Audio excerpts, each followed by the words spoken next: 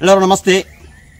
ಈಗಾಗಲೇ ಧರ್ಮಸ್ಥಳ ಗ್ರಾಮದ ಬಂಗ್ಲಗುಡ್ಡೆ ಅಂದರೆ ನೇತ್ರಾವತಿ ನದಿಯ ಸ್ನಾನಘಟ್ಟದ ಪಕ್ಕದಲ್ಲಿರುವ ದೊಡ್ಡ ಗುಡ್ಡೆ ಅರಣ್ಯ ಪ್ರದೇಶ.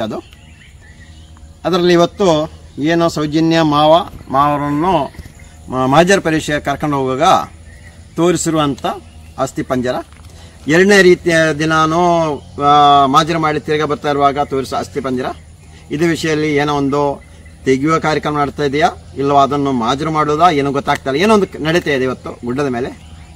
ನಾನು ಕೇಳ್ತಾ ಇರೋದು, ಏನೋ ಧರ್ಮರಕ್ಷಣೆ ಅಂತ ತುಂಬ ಜನ ಬಂದಿದ್ದಾರಲ್ಲ ಸ್ವಾಮಿ, ಇನ್ನೊಂದು ವಿಷಯ ಮಾಡಿ ನೀವು. ಇನ್ನು ಧರ್ಮರಕ್ಷಣೆ ಅಲ್ಲ ಬೇಕಾಗಿರೋದು. ಧರ್ಮರಕ್ಷಣೆ ಮಾಡಲಿಕ್ಕೋಸ್ಕರ ದೇವರಿದ್ದಾರೆ, ಅವ್ರನ್ನ ಯಾರೂ ಬಂದು ರಕ್ಷಣೆ ಮಾಡೋ ಅವಶ್ಯಕತೆ ಇಲ್ಲ. ನೀವು ನಿಮ್ಮ ಪಬ್ಲಿಸಿಟಿಗೋಸ್ಕರ ಬರ್ತಾ ಇದ್ದೀರಾ, ಇಲ್ಲ ಯಾರ್ದೋ ಒಂದು ಎಂಜಲ ಕಾಸು ತಿಂದುಬಿಟ್ಟು ಅದಕ್ಕೋಸ್ಕರ ಬರ್ತಾ ಇದ್ದೀರಿ ನೀವೆಲ್ಲ. ನೀವು ಮಾಡಿ.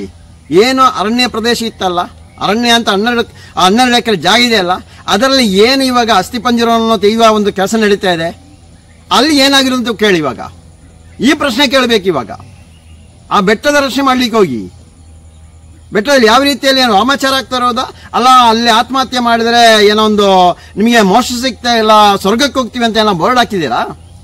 ಇದಿದ್ರೆ ತೋರಿಸ್ಕೊಡಿ. ಅದು ಅದೇ ರೀತಿಯಲ್ಲಿ ಪಂಚಾಯತವರೆಲ್ಲ ಹೇಳಿರೋದು ಎಲ್ಲವನ್ನೂ ನಾವು UDR ಮಾಡಿದೀವಿ, UDR ಮಾಡಿ ಊತಾಕಿರೋದಂತ.